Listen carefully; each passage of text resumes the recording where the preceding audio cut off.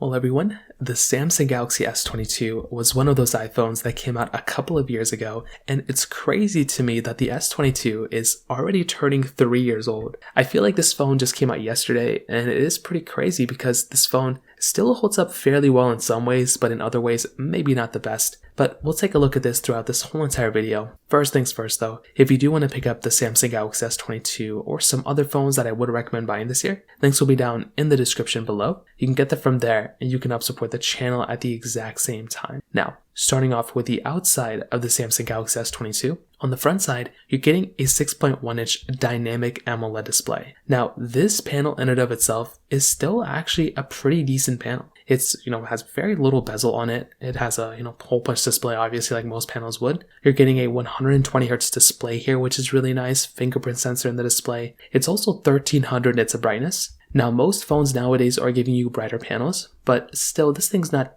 like terrible for a 3-year-old phone. So just kind of keep that in mind. But definitely panels nowadays look so much better than this thing. You're getting this like rounded kind of side to it, which is an interesting type of design because the majority of phones that you are going to be getting nowadays, they are basically, flat-sided. So that is kind of an interesting approach that Samsung has given with this phone. It's like flat rounded a little bit, but again, not that big of a deal. It still looks pretty good for the most part as well. On the bottom, USB Type-C, no expandable storage. On the back side, frosted glass back, which still feels and looks very premium. And then you're having this like popped out camera type of layout as well. So the camera is pushed in the top left corner like most phones, but you do have this like emblem kind of like layout that kind of sticks out around it. I was a fan of it at first. I think it's an interesting design. For some reason, I liked it more in the S21s, but I think this one still looks good. But when you look at the exterior of this phone and how it holds up against the competition, number one, you are getting flat sides and basically a flat back. So no pop out, no nothing like that, except for usually the camera modules.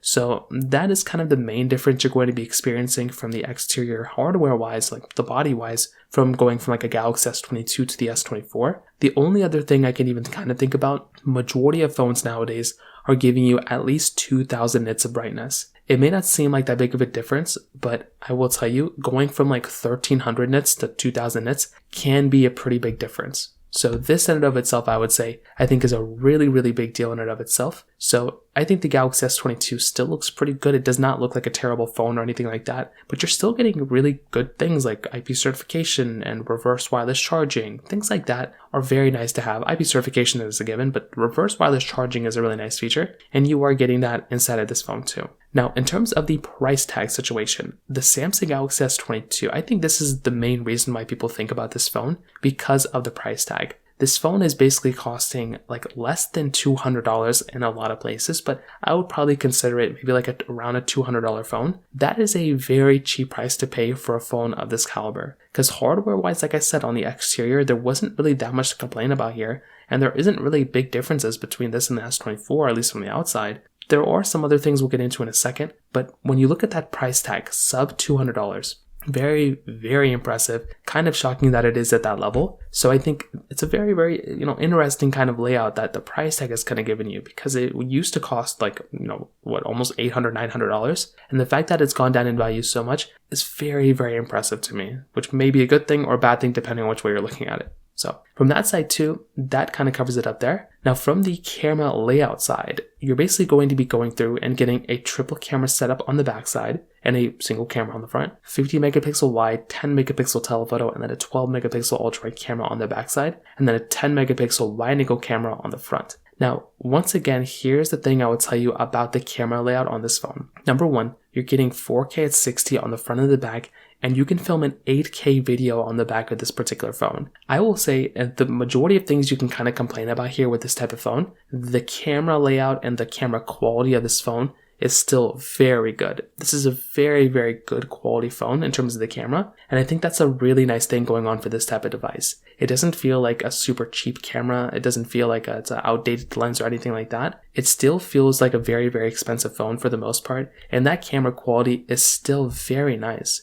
I love being able to pick up this phone and being able to kind of, have it handle the performance levels that I would throw at it. So I think that's a really nice thing going on for this phone. Again, it may not be perfect, but I do like this phone because of, the camera quality, and still to this day, I think, Samsung did a pretty good job when it comes down to the camera quality here. So from that side too, I would say that kind of covers it up there from that, particular aspect. Again, it's a great camera. Maybe the S24 is definitely better, but I really still like this, camera quality too. So from that side, that kind of covers it up there. Now, when it comes down to the software longevity, the Samsung Galaxy S22, as you may have guessed it, is still supported with software, and it's not really going to be, going anywhere right now, but I think it might be getting one more version of Android, but then that's basically it. So that's essentially kind of the problem that we're going to be running into, is that the Galaxy S22 might still be worth it for the most part right now because it's still supported with software, but very shortly this phone could end up not being supported with software, and I could see towards the end of this year, maybe going into next year, I would probably not recommend people to buy this phone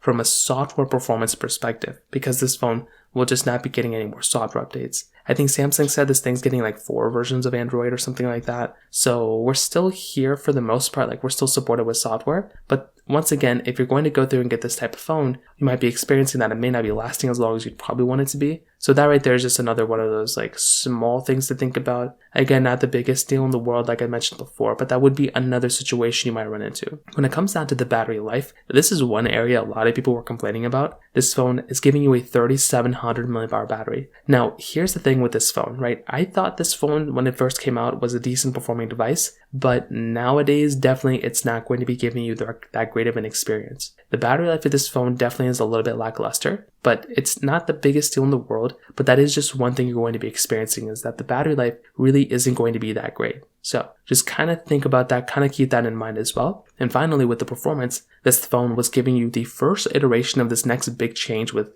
Snapdragon. They were giving you that Snapdragon 8 Gen 1 chipset inside with 8 gigabytes of RAM. So when you think about it like that, I will tell you the RAM side and the performance side of this phone, the RAM is great, but the performance of this phone definitely has started showing its age, right? Once again, that's just kind of what ends up happening when you're going to go through and get these types of devices, because the performance is decent, but the actual, the other areas of this phone, meaning like the capability, the stability, things like that, you're going to be getting kind of a randomized type of experience here. And it may not be that great of an experience when it comes down to it. So that right there is another one of those big things to keep in mind there too. Beyond that though, what I will tell you is with this, Samsung Galaxy S22 and how it holds up in 2025, I think this phone for the most part, right? It's not a terrible phone, but it just kind of was dealt a bad hand. It was dealt a bad hand when it came down to the chipset. Because of the chipset, it's really kind of aged this phone in a really weird way. It was almost better if you buy something like, if we were to go, instead of buying this phone, if we bought something like a Samsung Galaxy S22, like if the S22 had the the 888 chipset that the S21 had, that might have been better, right? It might have been a better experience here. But no, it got the 8 Gen 1. But because of that, there probably are some other phones I recommend buying rather than this one. I think the S23 is a killer phone. Maybe the S20, I wouldn't recommend the S21 anymore, but the Google Pixel 8 I think is great. An iPhone 14 or iPhone 14 Pro. Those are very good phones as well. I think the S22 was dealt a bad hand, but that's kind of how I feel about the Galaxy S22 in 2025. If you have any other thoughts or questions, please let me know in the comment section below. Hit the like button, that will mean so much, but definitely hit that subscribe button. More importantly than everything else, I love every single one of you guys. Hopefully I'll catch you guys in the next video. Peace out till then.